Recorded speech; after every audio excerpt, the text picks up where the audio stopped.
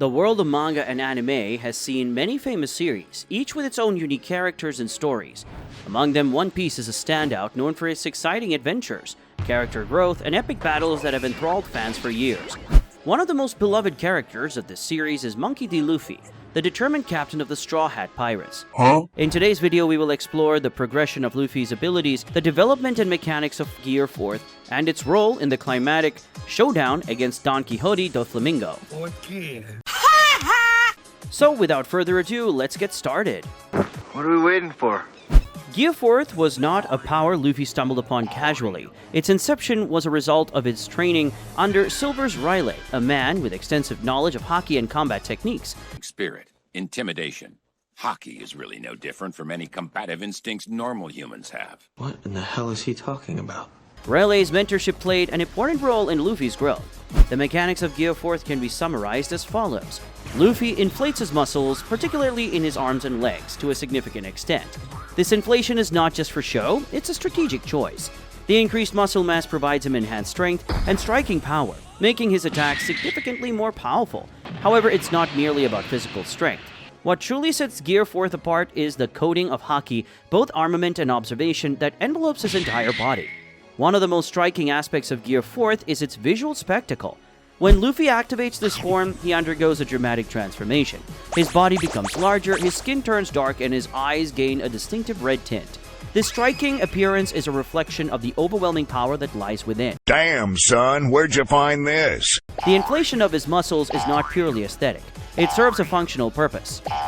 Luffy's limbs become much bulkier, which provides a tremendous increase in power. This added mass allows him to deliver devastating blows, capable of crushing even the most resilient adversaries. He goes flying. The haki coating, however, is the true essence of Gear 4th. It grants Luffy a level of defense that surpasses his earlier forms. The armament haki coating acts as an invisible armor, making his body incredibly resistant to damage. This not only protects him but also amplifies the force of his attacks. Meanwhile, the observation haki has honed over his journey, enhances his awareness and predictive abilities, enabling him to anticipate his opponent's moves with remarkable precision. Not again! Gear 4th is not a form Luffy enters recklessly. It's a strategic decision made when he faces opponents of exceptional strength or when he needs to turn the tide of a battle definitively. The power and versatility of this form are undeniable, but it comes with a time limit. Luffy can maintain Gear 4th for a limited duration, and once it expires, he enters a period of extreme exhaustion, leaving him vulnerable. The time limit adds an element of tension to battles where Luffy employs Gear 4th. He must carefully choose when to activate it, ensuring that its duration aligns with the critical moments of a confrontation. This strategic aspect showcases Luffy's growth as a fighter.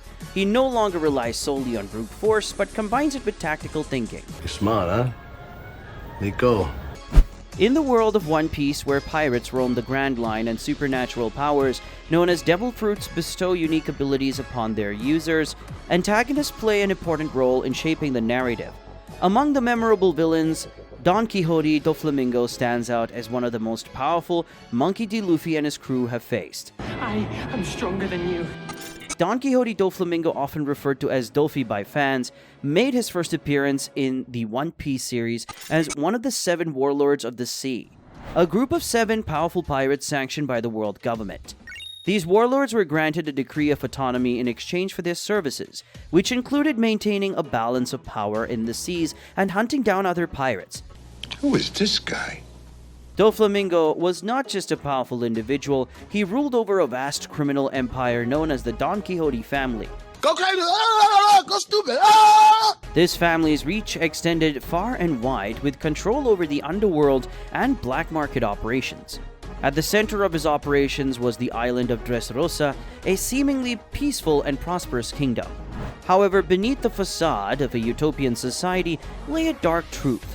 Doflamingo had manipulated and oppressed the citizens of Dressrosa for years, using his devil fruit ability, the Ito Ito no Mi, or string fruit, to control people's actions like puppets on strings.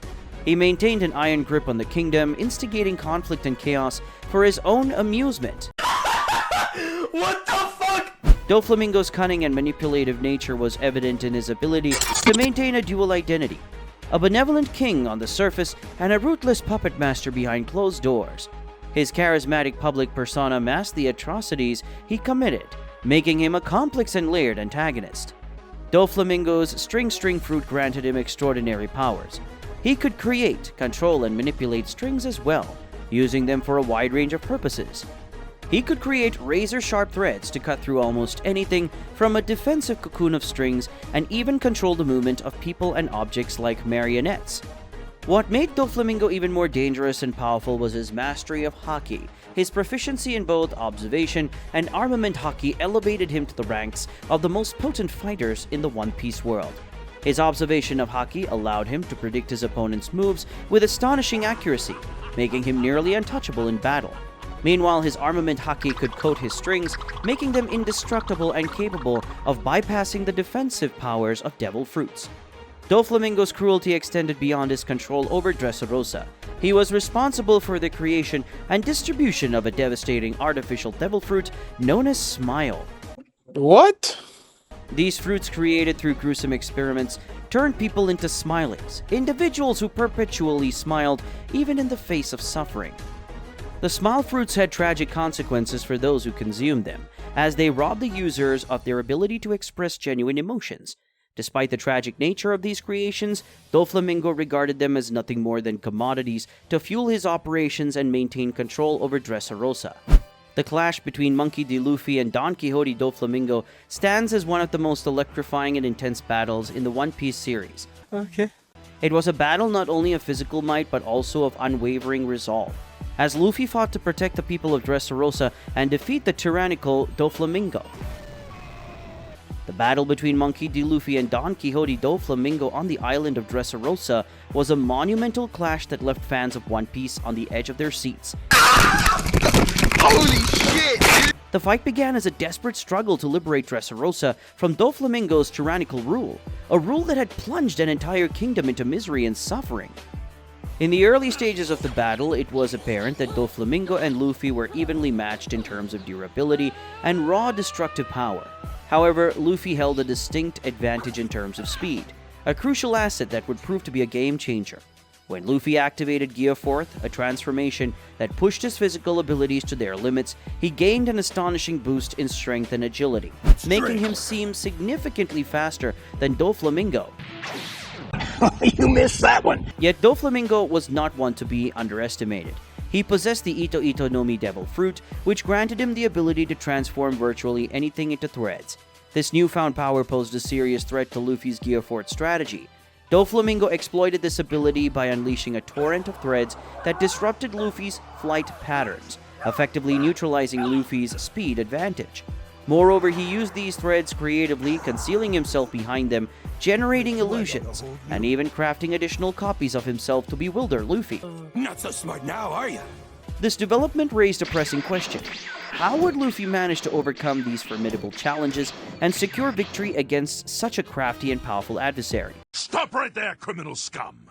Nobody breaks the law on my watch! To understand Luffy's triumph, we must consider his training under the guidance of Silver's Rayleigh, the legendary pirate known as the Dark King.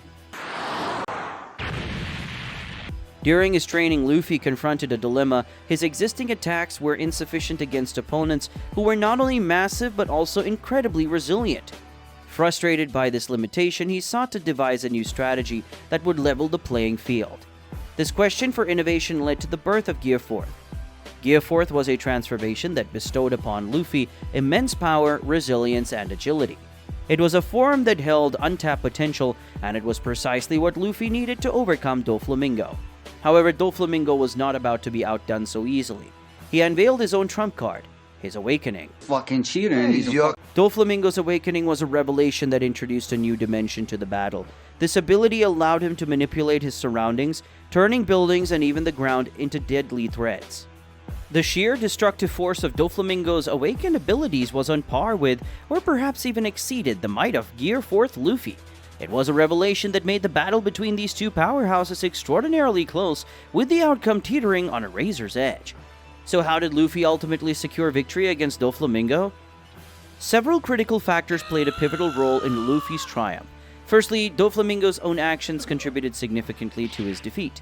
He expended a colossal amount of stamina to maintain both his clone, a puppet manipulated by his threads, and the birdcage, a massive deadly construct that threatened to consume the entire island.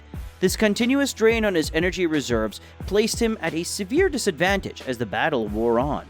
Additionally, Doflamingo found himself in a grueling 2v1 situation against Luffy and Trafalgar Law, a fellow pirate known for his formidable abilities. Law had inflicted numerous fatal blows on Doflamingo earlier in the battle, further weakening him. Furthermore, while Luffy had been utilizing Gear 4th from the outset of the battle, Doflamingo only activated his awakening late in the fight. This delay proved to be a crucial misstep, as it allowed Luffy to gain a decisive advantage and maintain control of the battle. As the battle reached its climax, the combination of Luffy's relentless determination, strategic brilliance, and the overwhelming power of Gear 4th proved to be insurmountable for Doflamingo. Luffy's final assault, a devastating attack known as King Kong Gun, shattered Doflamingo's defenses and sent him hurling into the ground, defeated and broken.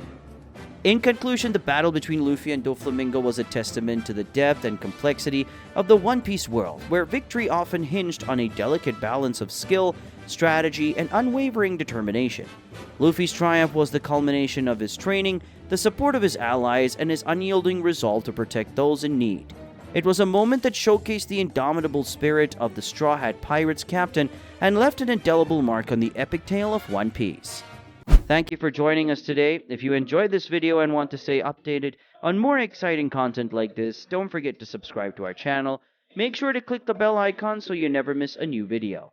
We'd love to hear your thoughts and theories in the comment section below.